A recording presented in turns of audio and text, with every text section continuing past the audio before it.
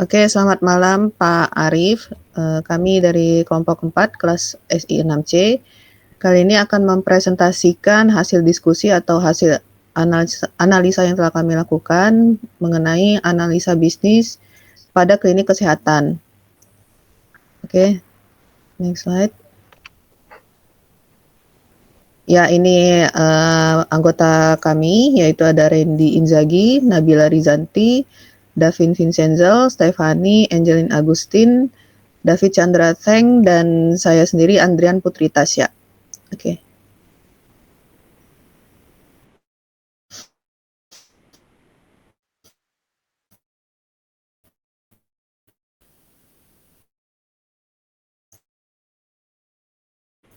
Klinik kesehatan. Seperti yang kita tahu, klinik merupakan fasilitas umum yang bergerak di bidang kesehatan, dan di mana pelayanannya ini yaitu berupa kesehatan perorangan, dan pelayanannya ini dapat berupa medis dasar ataupun spesialistik.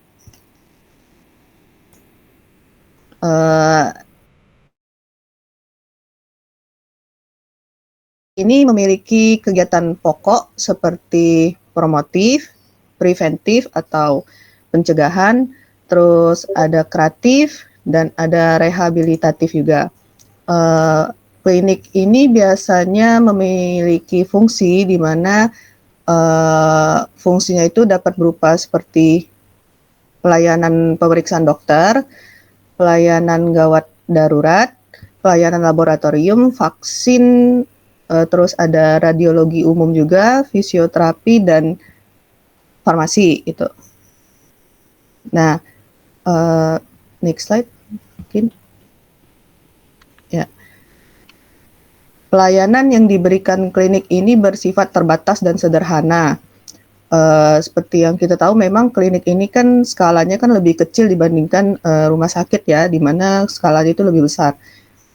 Jadi secara operasionalnya itu biasanya klinik ini bermitra dengan penyedia layanan kesehatan lainnya.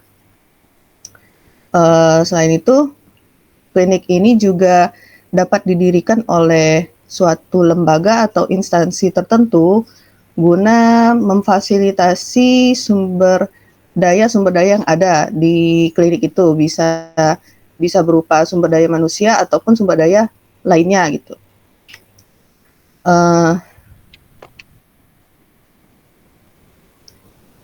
Selain bermitra dengan penyedia layanan kesehatan lainnya, klinik ini juga menerima 2 kategori pasien. Yang pertama itu umum dan yang kedua itu BPJS. Jadi setiap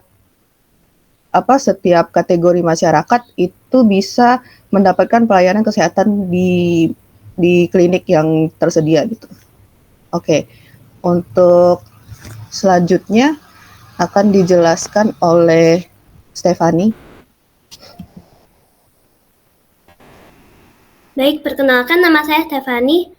Jadi pada klinik kesehatan ini, proses bisnis atau dalam hal ini operasional pada klinik kesehatan itu melibatkan sumber daya manusia atau SDM seperti dokter, perawat, tugas laboratorium, tugas farmasi, tugas administrasi, apoteker, dan juga pasien. Setelah itu, operasional juga melibatkan obat-obatan yang biasanya ada di ruangan farmasi, lalu ruangan untuk kegiatan operasional seperti ruangan pemeriksaan, ruangan tindakan, ruang tunggu, ruang farmasi, dan sebagainya. Lalu juga melibatkan peralatan medis, serta hardware dan software untuk sistem. Nah, jadi untuk kegiatan operasional ini terdiri dari proses bisnis utama atau proses inti, dimulai dari proses pendaftaran hingga pembayaran, dan juga ada proses pendukung yang mendukung proses bisnis utama atau proses inti ini. Selain itu, untuk melakukan kegiatan operasional atau untuk menjalankan kegiatan operasional juga dibutuhkan proses manajemen yang baik. Nah, pertama-tama kita akan membahas tentang proses bisnis utama terlebih dahulu, di mana proses bisnis utama dari klinik kesehatan ini meliputi pendaftaran pasien yang pertama. Jadi sebelum melakukan pemeriksaan atau menerima layanan kesehatan, seorang pasien itu melakukan pendaftaran terlebih dahulu. Biasanya petugas administrasi menerima pendaftaran dan juga menanyakan nama pasien serta mengatur jadwal dan nomor antrian dari pasien tersebut. Pendaftaran itu bisa dilakukan secara online maupun offline. Pada proses pendaftaran ini, petugas administrasi biasanya menanyakan layanan apa yang dibutuhkan oleh pasien. Jika pasien membutuhkan pemeriksaan, maka dokter apa yang ingin ditemui. Selain itu, dalam proses pendaftaran, petugas itu juga biasanya menanyakan tentang data diri pasien atau meminta pasien untuk menunjukkan identitasnya dengan cara memperlihatkan KTP dan menanyakan informasi lainnya juga seperti apakah ada asuransi, BPJS. BPJS itu biasanya dicek oleh petugas administrasi dengan cara menginput data dari KTP. Atau seorang pasien itu merupakan anggota dari suatu instansi tertentu. Nah, jadi pendaftaran pasien ini telah melakukan proses pendaftaran. Tugas pendaftaran biasanya mengarahkan pasien kepada petugas pada perawat ini untuk melakukan penimbangan berat badan ataupun untuk melakukan pengecekan tekanan darah. Untuk menunggu gilirannya, pasien itu biasanya diarahkan ke ruang tunggu. Setelah itu, yang kedua ada pemeriksaan atau konsultasi dengan dokter. Setelah mendapat gilirannya, pasien biasanya pasien bertemu dengan dokter. Dokter itu akan menanyakan dan juga mendengarkan keluhan dari pasien. Setelah itu, dokter akan melakukan pemeriksaan fisik sesuai dengan keluhan dari pasien tersebut. Berdasarkan dari hasil pemeriksaan, dokter akan mendiagnosa dan juga akan memberikan resep obat yang sesuai. Tidak semua pasien yang datang ke klinik itu bertujuan untuk melakukan konsultasi ataupun pemeriksaan, namun ada juga pasien yang datang ke klinik dengan tujuan untuk mendapatkan pelayanan kesehatan tertentu, seperti pengecekan gula darah, kolesterol, dan lainnya. Ada juga pasien yang datang ke klinik karena kondisi yang darurat, seperti mengalami kecelakaan ringan. Dan hal ini biasanya memerlukan tindakan yang dilakukan di ruangan tindakan. Setelah itu ada pelayanan pengobatan atau pelayanan farmasi. Ini di sini sebagian besar klinik pada saat ini sudah mempunyai apotik atau farmasi sendiri.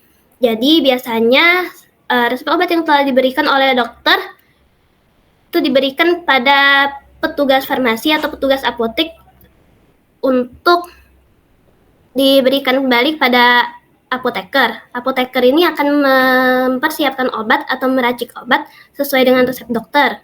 Setelah itu, petugas farmasi akan menjelaskan tentang cara mengkonsumsi obat tersebut pada pasien, termasuk dosisnya, diminum sudah atau sebelum makan, dihabiskan atau tidak, dan sebagainya. Lalu yang terakhir, petugas farmasi ini akan memberikan obatnya pada pasien. Dan yang terakhir ini ada pelayanan pembayaran. Setelah melakukan atau setelah menerima pelayanan kesehatan, maka petugas administrasi itu akan menghitung biaya layanan dan juga biaya obatnya dan akan menagih pembayaran pada pasien. Namun jika pasien tersebut menggunakan BPJS atau pasien tersebut merupakan anggota dari suatu instansi yang berhubungan dengan klinik tersebut, maka mungkin pasien tidak perlu membayar di klinik tersebut. Selanjutnya akan dijelaskan oleh Davin. Baik, berikutnya ada proses bisnis pendukung. Di sini ada 5. Yang pertama mengelola karyawan. Karyawan yang biasanya ada di medis seperti dokter, apoteker, perawat, petugas laboratorium, dan petugas administrasi yang memiliki keahliannya masing-masing. Selain pembagian tugas sesuai dengan profesinya, ada juga sistem shift agar dapat memberikan pelayanan yang terbaik bagi masyarakat. Karena itu, klinik melakukan pengembangan dan pelatihan bagi staf medis untuk memastikan bahwa petugas memberikan pelayanan yang berkualitas dan dapat diandalkan untuk masyarakat. Yang berikutnya ada mengelola keuangan. Transaksi atau pembayaran yang dilakukan akan dicatat dan dijadikan laporan keuangan agar dapat mengetahui pengeluaran atau pemasukan dari klinik tersebut. Pengelolaan keuangan juga termasuk obat-obatan, peralatan klinik, pembayaran gaji, dan lainnya.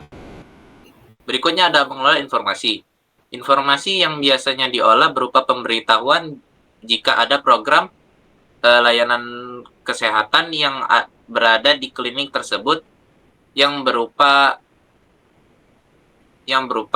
jadwal atau program apa yang ada di klinik tersebut. Klinik memiliki suatu media informasi yang dikelola seperti contohnya Instagram ataupun media lainnya untuk memberitahu masyarakat jika ada program yang akan ada, yang dapat diketahui oleh mereka dan juga dapat diikuti oleh mereka. Berikutnya ada mengelola stok dan logistik. Klinik saat ini sudah dilengkapi dengan apotik sehingga pasien tidak usah keluar untuk mencari-cari obat yang diresepkan oleh dokter. Hal ini tentunya membuat pelayanan menjadi lebih baik dan efektif. Dalam pengelolaan apotik, biasanya klinik harus memiliki apoteker serta petugas lain yang melayani pembelian obat. Kegiatan operasional ini tentu saja harus ada pengelolaan stok dan logistik seperti ketersediaan obat-obatan, vaksin, jarum suntik, dan juga peralatan medis lainnya. Selain itu, klinik mengatur penerimaan stok obat-obatan atau peralatan medis yang masuk dan mengatur pembuangan sampah medis. Berikutnya, yang terakhir ada pengelolaan gangguan. Pengelolaan gangguan pada klinik dapat berupa gangguan sistem komputer, kesalahan input hasil rekaman medis, menyalakan genset saat mati lampu, kesalahan prosedur pelayanan, ataupun gangguan akibat peralatan medis yang kurang berfungsi sebagai medis, keterlambatan pelayanan, adanya gangguan keamanan, dan keluhan pasien. Next slide. Berikutnya ada proses bisnis manajemen. Di sini ada 6 proses bisnis manajemen. Yang pertama ada mengelola proses. Proses yang dijalankan klinik harus sesuai dengan prosedur yang berlaku. Tenaga medis tidak boleh melanggar prosedur tersebut dikarenakan dapat membahayakan pasien yang tentu juga berakibat merusak citra dari klinik tersebut. Yang kedua ada mengelola kualitas. Untuk menjaga kualitas klinik, maka perlu dilakukan pelatihan bagi tenaga medis. Hal ini dilakukan untuk meningkatkan kemampuan tenaga medis, apalagi jika ada peralatan medis baru yang harus digunakan. Kualitas klinik bukan hanya dari segi kemampuan, namun juga perlu diperhatikan kebersihan dan juga keramahan para petugas yang ada di klinik tersebut. Petugas atau tenaga medis juga harus cepat tanggap dalam menghadapi berbagai situasi yang ada di klinik tersebut. Fasilitas atau peralatan medis juga harus up to date agar tidak tertinggal jauh dengan penyediaan layanan kesehatan lainnya. Agar semua itu dapat terwujudkan dan terlaksanakan dengan baik, maka juga diperlukan pengawasan dan penilaian terhadap kinerja petugas maupun tenaga medis di klinik tersebut. Berikutnya ada manajemen resiko. Dalam setiap aktivitas tentu ada saja risiko yang mengancam seperti kegagalannya diagnosa, kesalahan medis, maupun wabah penyakit. Untuk di klinik harus mencegah hal-hal yang harus tersebut yang mungkin terjadi dengan tetap berhati-hati saat melakukan atau mengambil tindakan dan juga melakukan perlindungan diri terhadap bahaya penyebaran wabah penyakit yang ada. Berikutnya ada manajemen mitra. Klinik dalam operasionalnya juga menjalin hubungan mitra dengan berbagai penyedia layanan kesehatan lainnya. Hal ini untuk membantu masyarakat karena klinik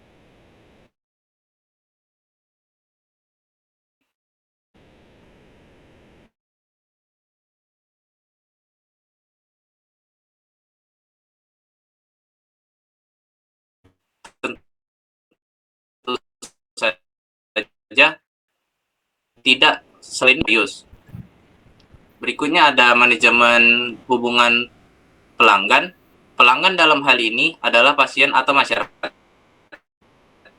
Untuk meningkatkan pelayanannya, maka klinik sebagian besar telah menggunakan aplikasi atau sistem pada operasinya, seperti pendaftaran. Selain itu, untuk tetap memberikan informasi kepada masyarakat, maka klinik juga mengelola akun Instagram sehingga masyarakat dapat mengetahui informasi-informasi yang terjadi di klinik, sehingga memiliki program layanan kesehatan tertentu. Yang terakhir ada mengelola apotik. Saat ini klinik sudah dilengkapi sebagai apotik sehingga pasien sudah tidak perlu keluar lagi untuk mencari obat-obat yang diresepkan oleh dokter seperti yang tadi. Hal ini tentu saja membuat pelayanan menjadi lebih baik atau efisien. Dalam mengelola apotik, biasanya klinik juga harus memiliki apoteker serta petugas lain yang melayani pembelian obat-obatan dan pembayaran obat tersebut. Berikutnya akan dilanjutkan oleh David. Baik, berikutnya ada analisis SWOT. Next slide. Analisis SWOT adalah metode analisis perencanaan strategis yang digunakan untuk memonitor dan mengevaluasi lingkungan perusahaan, baik lingkungan eksternal dan internal, untuk suatu tujuan bisnis tertentu. Next. Dalam analisis SWOT ada strength atau kekuatan, kemudian ada weakness atau kelemahan, dan ada opportunities atau peluang, kemudian ada threats yaitu ancaman.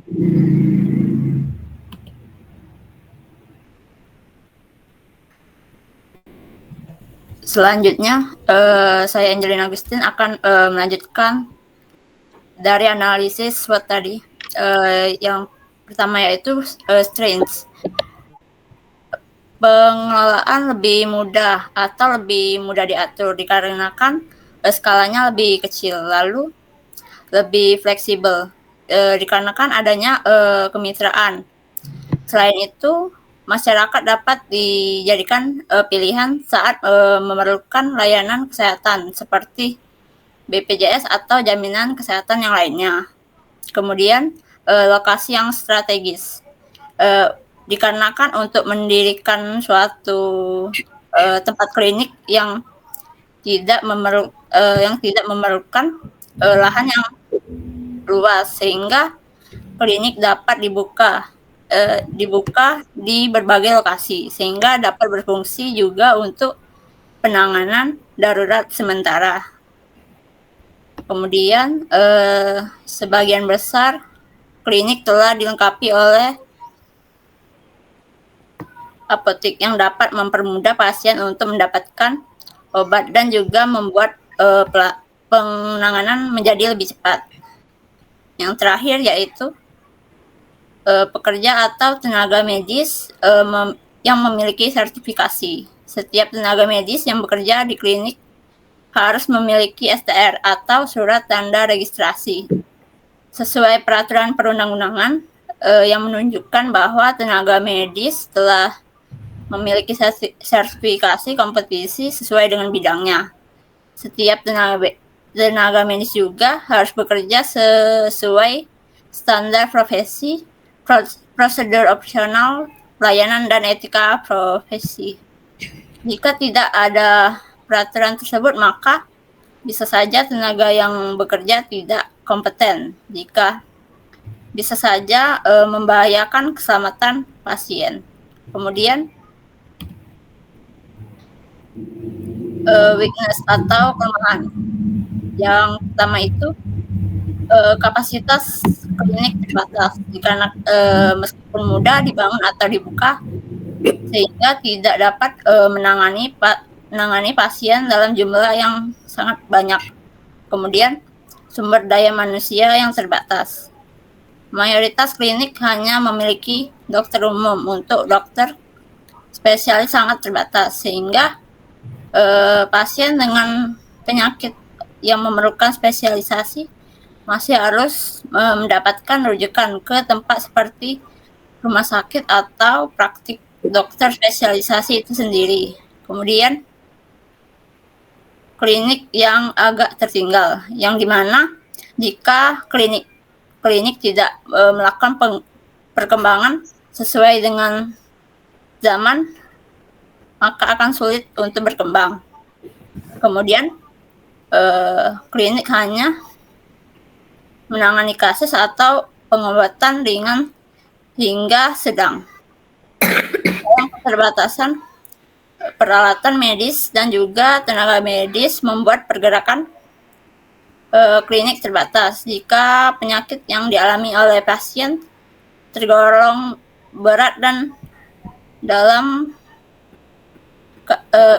keadaan gawat darurat, maka klinik akan memberikan surat rujukan serta melakukan penanganan pertolongan pertama dan selanjutnya akan mengarahkan pasien ke rumah sakit sesuai prosedur yang berlaku.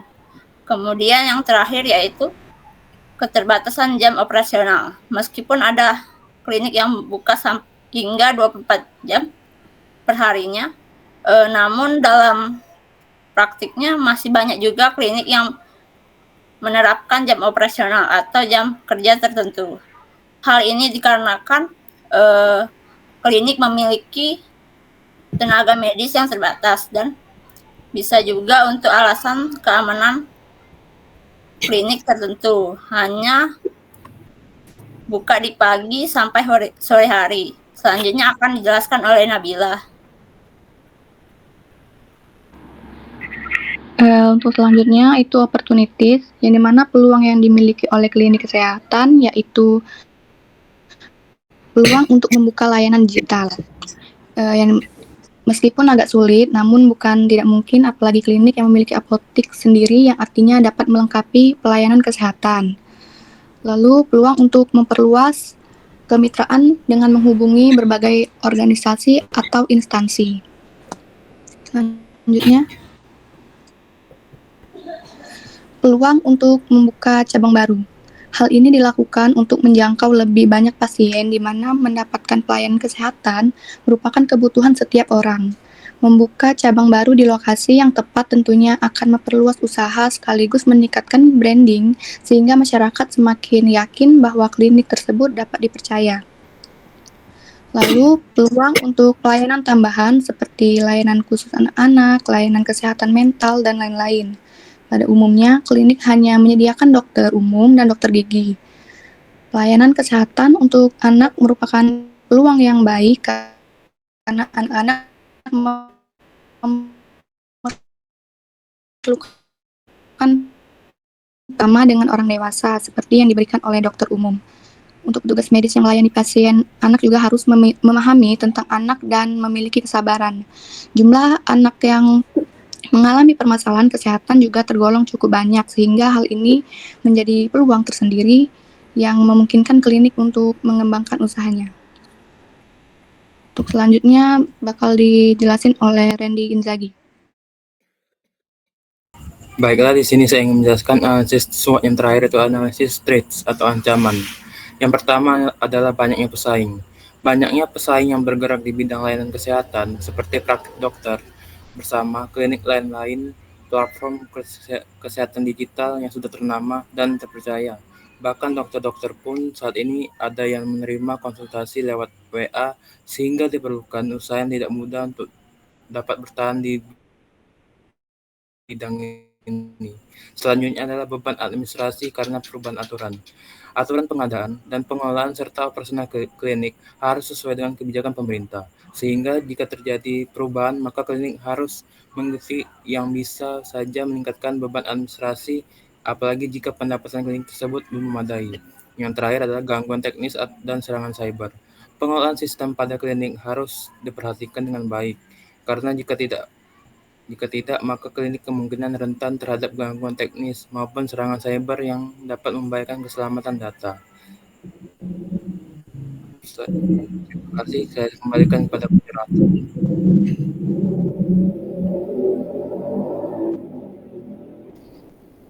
Baiklah, sekian hasil presentasi atau hasil diskusi yang kami sampaikan. Terima kasih untuk Pak Arief dan teman-teman semua. Mohon maaf kalau ada kesalahan kata. Ya, terima kasih.